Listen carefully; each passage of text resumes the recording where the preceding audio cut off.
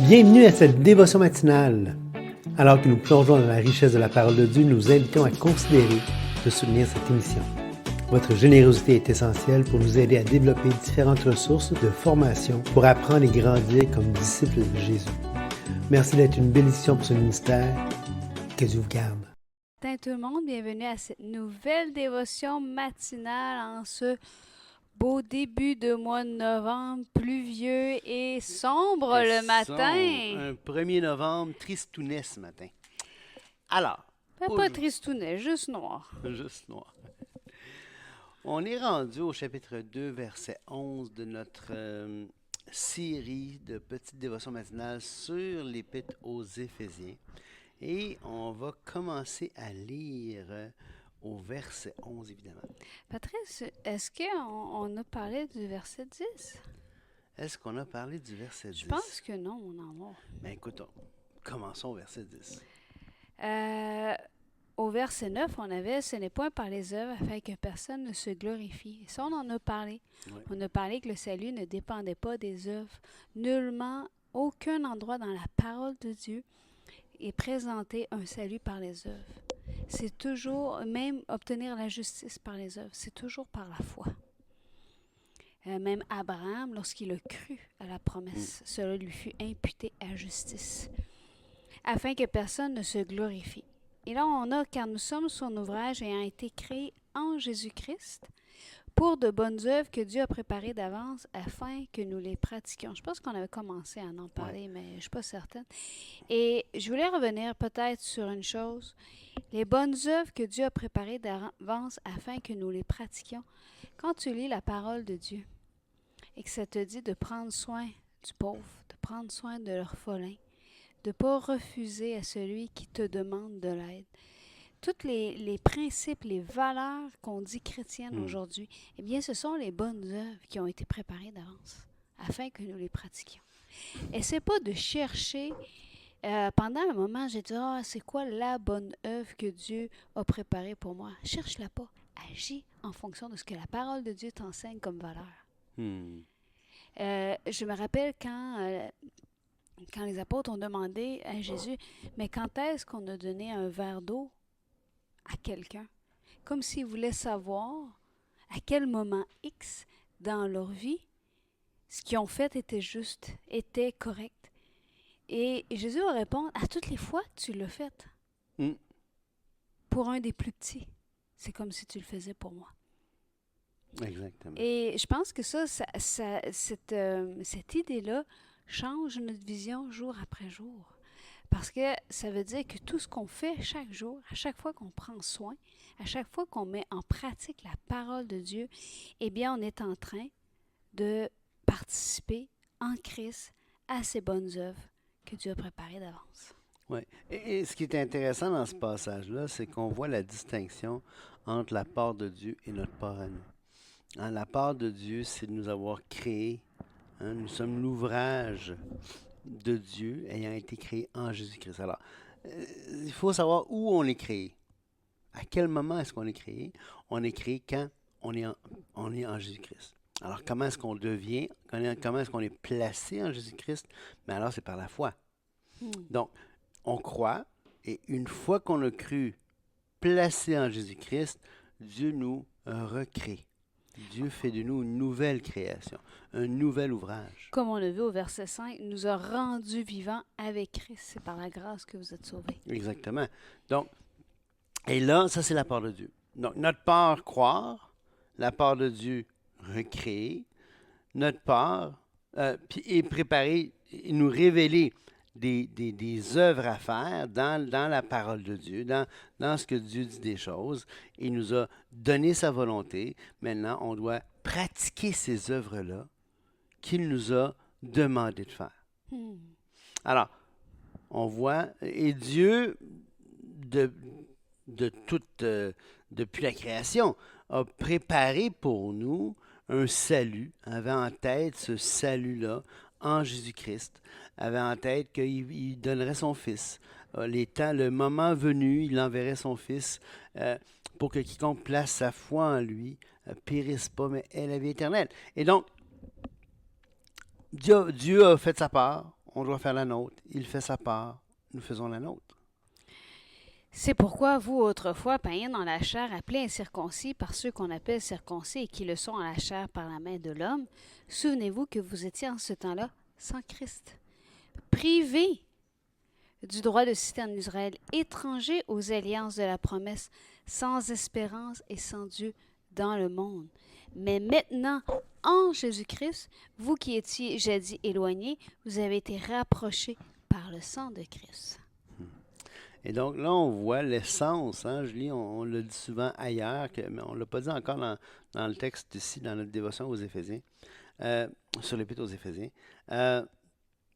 Le sens du mot mort, on a vu que la dernière fois, ou en tout cas, on a vu le verset 1, on a vu que le mot mort, c'était pas une question d'inhabileté ou d'incapacité. La mort, c'est pas. On n'est pas mort comme un Maccabée, là. On n'est pas mort comme quelqu'un dans un tombeau. Évidemment, on respire, on vit, on a un cœur qui bat, on peut parler, même que ce qui décrit au verset 1, 2, 3, c'est des gens qui pêchent, qui sont très actifs. Donc, ce n'est pas une inactivité. D'ailleurs, la mort dans les Écritures n'est jamais cessé d'exister. La mort dans les Écritures, c'est jamais une inactivité complète. C'est au contraire, c'est une séparation. Être mort, hein, qu'est-ce qui se passe? On ne cesse pas de c'est juste le corps physique qui meurt à notre mort. Mais l'âme, l'esprit, la partie spirituelle de l'être humain continue. Donc, ce n'est pas une cessation d'activité complète. C'est juste une séparation avec le corps physique. De la même manière, dans les Écritures, la séparation, elle est tout le temps ça. La notion de mort, c'est une notion de séparation. Le fils prodigue, son fils, le fils du père, était parti au-delà. Quand il est revenu, le père va se dire, « Voici, mon fils était mort, et il est revenu à la vie. » Il n'était pas mort. Il était éloigné et il a été rapproché. Et on voit la même idée ici. Dans Éphésiens, où est-ce qu'au verset 1 du chapitre, il va dire, vous étiez mort. Quand est-ce qu'il était mort? Ben, avant d'être en Jésus-Christ. Mais il dit, maintenant, vous avez été rapprochés. Donc, séparés, rapprochés. Même idée que dans le fils prodigue. Il était éloigné, il était mort, maintenant il est revenu à la vie, il a été rapproché. Même idée, même genre de métaphore ici, on le voit clairement. Et ce qui est intéressant aussi, c'est qu'au verset 11 et 12, on voit la séparation entre les païens et le peuple d'Israël. Mm-hmm. Une séparation qui demeure dans le temps à cause des promesses qui ont été faites proprement à Israël. Et même au verset 12, quand ça dit « Souvenez-vous que vous étiez en ce temps-là sans Christ, privés du droit de citer en Israël, étrangers aux alliances de la promesse, sans espérance et sans Dieu dans le monde », on voit vraiment la scission. Mais qu'est-ce qui s'est passé? C'est en Jésus-Christ qu'on a été rapprochés par le sang de Christ. Oui. Donc, c'est vraiment, si on devient participant aux promesses de l'alliance qui a été faite avec Israël, c'est en Jésus-Christ. Exact. Donc, et au verset 14, ça va continuer en disant « Car il est notre paix, lui qui des deux n'en a fait qu'un, et qui a renversé le mur de séparation, l'inimitié, ayant anéanti par sa chair la loi des ordonnances avec ses prescriptions, il a voulu créer en lui-même avec les deux un seul homme nouveau en établissant la paix.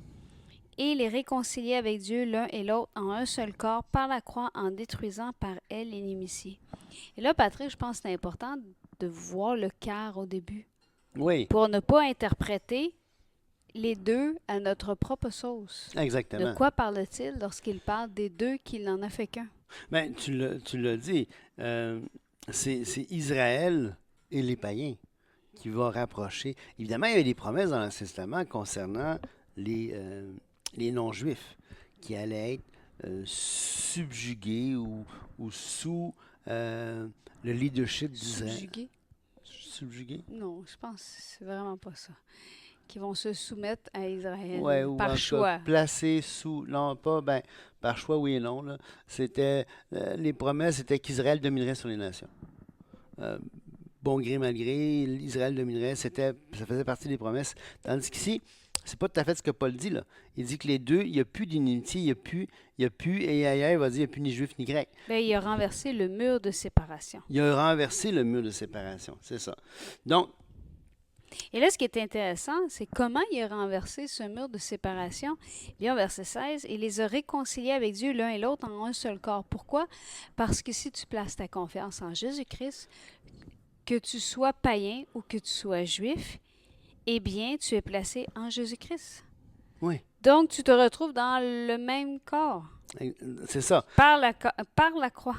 Et ça annule rien de ce qui a été dit avant pour Israël, bien au contraire.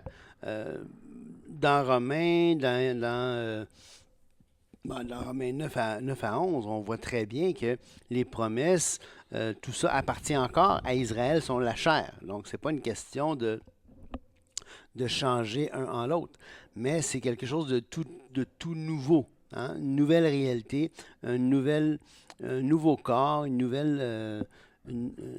c'est ça, une nouvelle réalité. Et ce qui est intéressant, c'est qu'il va dire au verset 7, « Il est venu annoncer la paix à vous qui étiez loin et la paix à ceux qui étaient près. » Dieu ne fait pas exception de personne. Il est allé autant vers ceux qui étaient loin, les païens, que vers ceux qui étaient près, les Juifs, parce que c'est là que Christ s'était manifesté et qui ont eu toute une historique avec Dieu.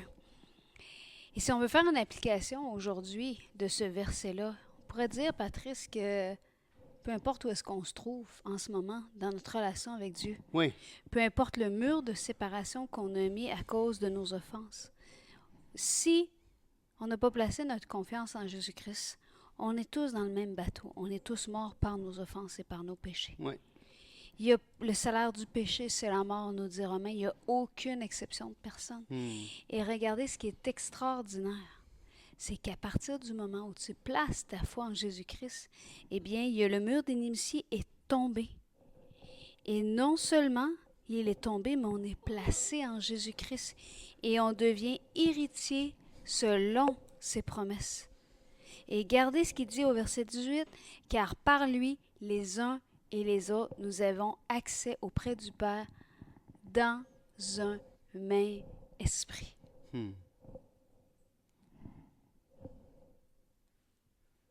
Gloire à Dieu. Donc, sur ces paroles qui nous rappellent l'essence de l'Évangile, l'essence même de l'Évangile, on se laisse puis on se voit la prochaine fois. Que Dieu vous bénisse au bout. Au revoir.